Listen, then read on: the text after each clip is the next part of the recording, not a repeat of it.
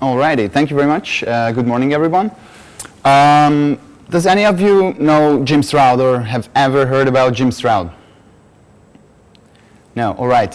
Jim Stroud was an ex-colleague of mine, and he was working at Randstad Sourceweb for around 5 years, and he was the head of global sourcing and global recruitment. And a couple of years ago, like 2.5 years ago, he came to Budapest and made a presentation for 170 employees. And he told us that even though he is in recruitment for like 20 years, he has his own YouTube channel, Twitter account, everything, podcasts, news sites, everything. He's still super nervous before he's doing any kind of presentations, especially when he's doing it for a bigger group and especially when he's doing it for internal colleagues. And he said that before 2 presentations, he's doing 2 things. First, he's taking his shoes off. That just makes him feel a bit more comfortable. And second, he's asking everyone for 1, 2, 3 to introduce themselves. Obviously, I'm not going to take my shoes off, but I would like you to, on 1, 2, 3, to introduce yourself at the same time so I can get to know all of you. So yeah, 1, 2, 3. Cool, very nice to meet all of you. My name is Gábor. I came from Hungary, and I'm working for Randstad Sourceweb. Randstad Sourceweb is a global organization. It's a recruitment process outsourcing company, and I'm the team leader of the internal talent acquisition within the EMEA region. So basically, my team is covering our in-house recruitment for 11 countries. Last year, it all started with a very innocent question from our HR director at the time. Hey Gábor, could you please send over to me how many people completed our assessment in the past 1 year, how many of them are hired, and how many of them are still working with the company? I read this email and I was like, yeah, of course, I can send it over, no problem, but why are you only interested in this assessment? Why aren't you interested in this one, and this one? And then he replied to me, well, I wasn't aware that we were using them. So this is how the whole project started. We quickly realized that we don't really track what kind of assessments we're using. We're using multiple assessments in these countries, and then we realized that we would like to have one single tool that we can scale up and we can use all around the EMEA. So basically what the problems were is that these 4 tools we were using, some of them we were using only in one country. Some of them, or one of them, we were only using for a specific type of roles. They didn't have the same reporting. They weren't measuring the same skills. Some of them were only measuring personality. Some of them were only measuring motivation. So they were very hard to compare. Some of them, the reports were easy to understand. For some, the hiring managers, they needed extensive training. So it was just a big mess. And we started gathering information, which took us for 3 months altogether. And then we quickly realized that none of the existing providers we have is able to deliver what we want to have. And what we wanted to have is to be able to provide a very pleasant candidate experience for every single both external and internal candidates who are applying for any of our roles in any of the countries where we are operating in EMEA. We wanted to have a tool that can also be linked to our own ATS, and that's just for your information. Even though we are a global organization, we are using a very small ATS provider, so I would say 95% of the assessment providers are not compatible for that, so that was quite a challenge. And also we wanted to use a tool which helps us understand what is correlated with success and what is correlated with failure. So yeah, I'm not really going to stick to the presentation, but I think you've already realized that. We have just put together some of the objectives that the project had. One of them was, and I think that was that is the most expensive for us, that we want to have a tool that has candidate experience in its heart.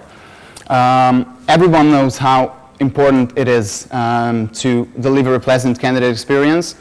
That's why we are constantly trying to improve that. We want to reduce the interviews to as low as possible. But also the assessment during the process is a very important bit. It's important first, I would say, to determine at what point of the process you're going to use that assessment. Is it going to be the first thing that you do? Is it going to be the last thing you do? From a candidate perspective, it also matters a lot, because if it's the first thing that you do, then maybe it's a bit, or maybe it's not personal enough.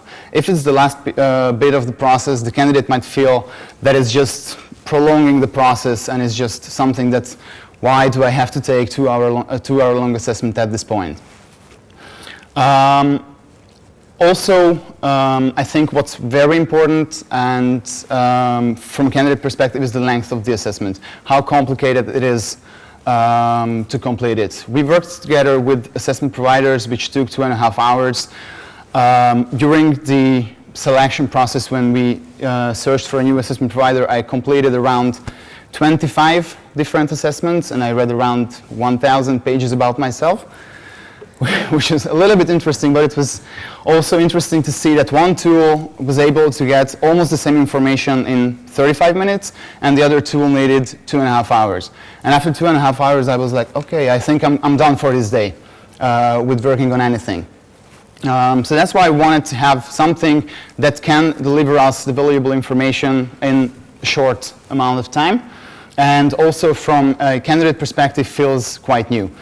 I don't think it's a secret to any of you that at the end of this RFP process, what we had, we chose Assess First as our single provider for all the EMEA region. And one of the main things why was because we found their assessments extremely innovative and intuitive. Here, just some pictures on how the whole thing looks like when a candidate journey starts. Basically, this is the invitation what every candidate receives. Already, it's Assess First style, and it's also Randstad branded. I would say it's very personal, and just gives the candidates a very pleasant start into their assessment. Yeah. Everything is Randstad branded. That was extremely important for us. Also, what was written on the first slide, that one of our objectives is to link our assessment with our own ATS. That's something which we are planning to do either in Q4 or Q1 next year.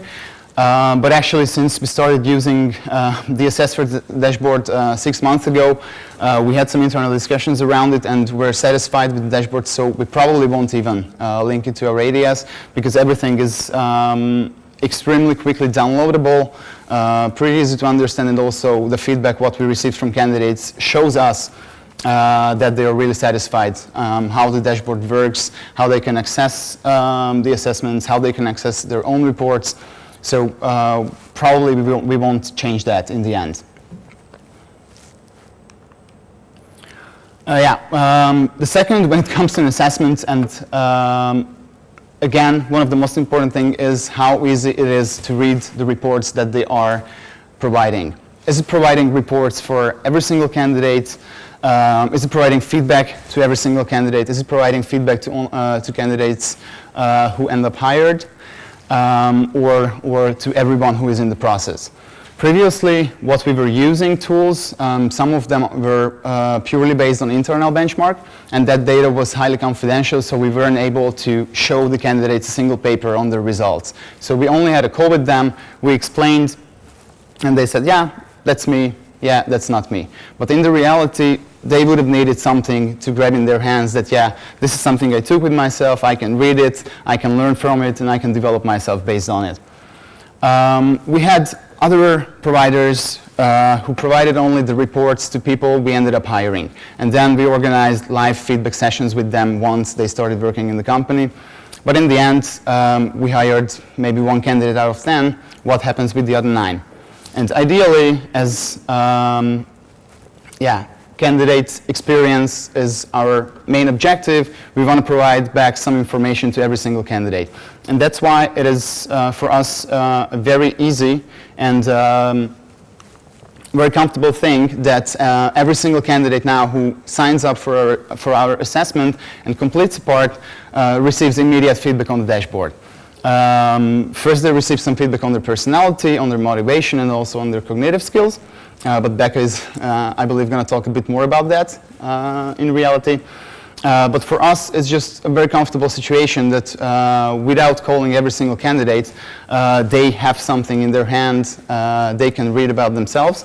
And then, as we are going deeper and deeper into the process with them, we're also able to provide feedback to them and discuss the results, whether it's understandable for them, whether it's not, whether it's true, what they think about it. And also, from the other hand, these reports are also extremely important for the hiring manager community. As we have around 700 employees in the EMEA region, and around 200 of them can be hiring managers. So it's just impossible to deliver training for every hiring manager who are sitting in 13 countries and then, I would say, 70-something locations. So it's just not manageable.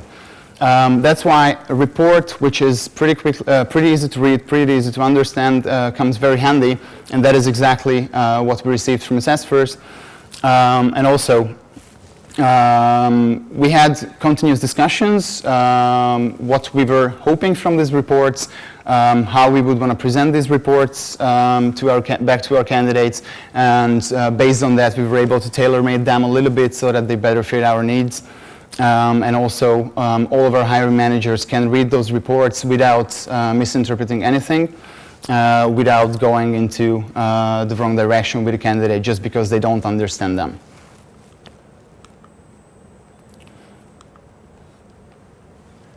So yeah, it's super easy to download all these reports. Also, candidates can download their own, can share them on social media. Which Becca told me during the RFP process, what we had with them, that candidates just love sharing their reports.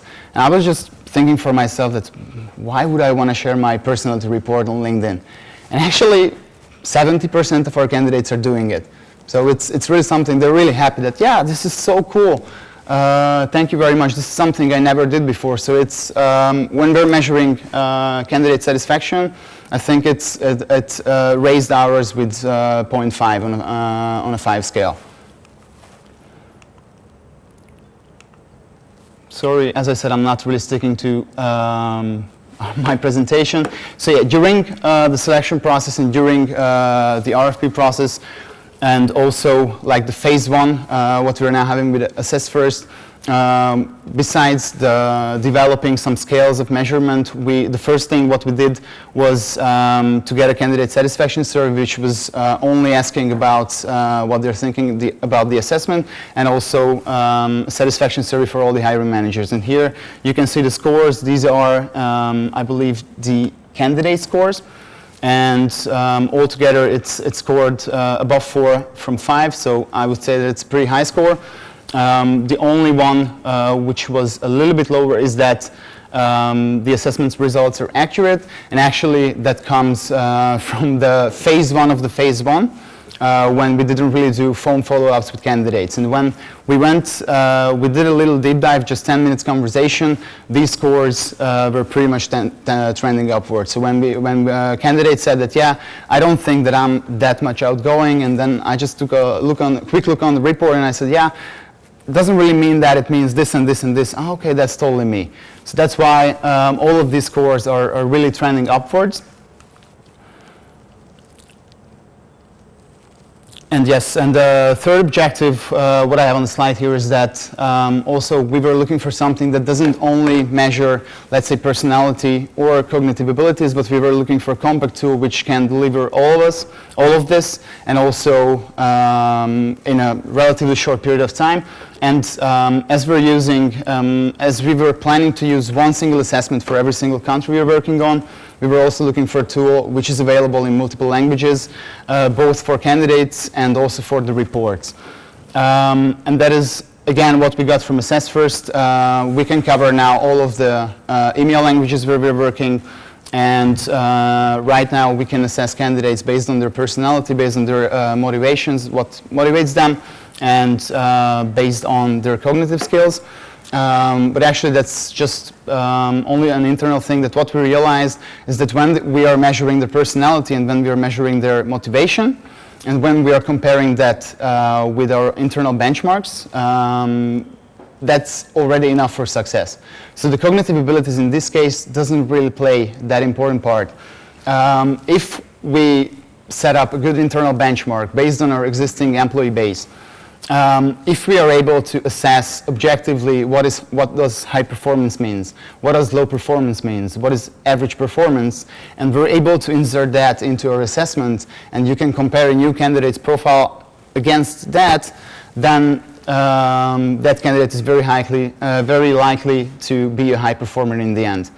And cognitive abilities, cognitive skills in our case doesn't really play that big of a role. And also, as when we are measuring the candidates against our internal benchmarks, we're also doing something called manager fit. And for that, to be able to do it, we asked all of our hiring managers to complete the assessment. Well, don't ask your hiring managers to complete the cognitive skills test, because sometimes it's just bad to see that they have quite low scores. So yeah, these are the 3 different parts, and as you can see, it's already in Hungarian. Assessors was really nice to translate the whole thing into Hungarian, which is one of the most difficult languages in the world. But we already have that available. The last objective is that we ultimately wanted to have a completion rate of 90% or higher. Also for us, because the drop-off rate of candidates is extremely important, and we don't want our candidates to quit our process just because they have to take a personality assessment. Previously, when our candidates had to complete maybe 1 or even 2 different assessments, and that took 2, 3, 4 hours, we realized that around 20–30% of them are not finishing it, and they just never got back to us. So that's why we decided to change to a shorter assessment, something that is easier to read, more comfortable for the eye itself, and just easier to use and easier to understand. So right now we are, I think, Becca, you put me the numbers here, but these are a little bit older. Right now we have around 250 candidates in our dashboard, and I think around 230 of them completed the assessment and went on to the next stage, and no one who didn't complete finished our process just because they had to take a personality assessment, and that happened a lot to us previously. So that's already something that's is in change. Yeah. So basically, I can say in front of all of you that I'm very happy that we made this choice to cut the cooperation with 4 different providers and go only with 1. We still have a lot to do together. Right now we're only measuring candidate satisfaction and hiring manager satisfaction, but also we are putting up long-term metrics, and we are reviewing them in a year time or in 2 years time, how the usage of Assess First is correlating to that, like new hire drop-off rate or new hire fail rate, those kind of metrics, which are only measurable in the long term, because usually we consider in our organization, maybe it's different for you guys, we consider a new hire to be a fail if they are dropping off before 1 year. We have some metrics, and we also realized that around 25% of our people are dropping off before this 1 year mark, and we have that on a monthly base. So basically, we put together some metrics, and we're reviewing how using an assessment which enables us to make better choices will correlate with that. So yeah, that was it from my side. If you have any questions right now or at the round table. No, excellent. Thank you very much, Gábor. Thank you. Yeah. No, wait. Does anyone have any questions before you run away?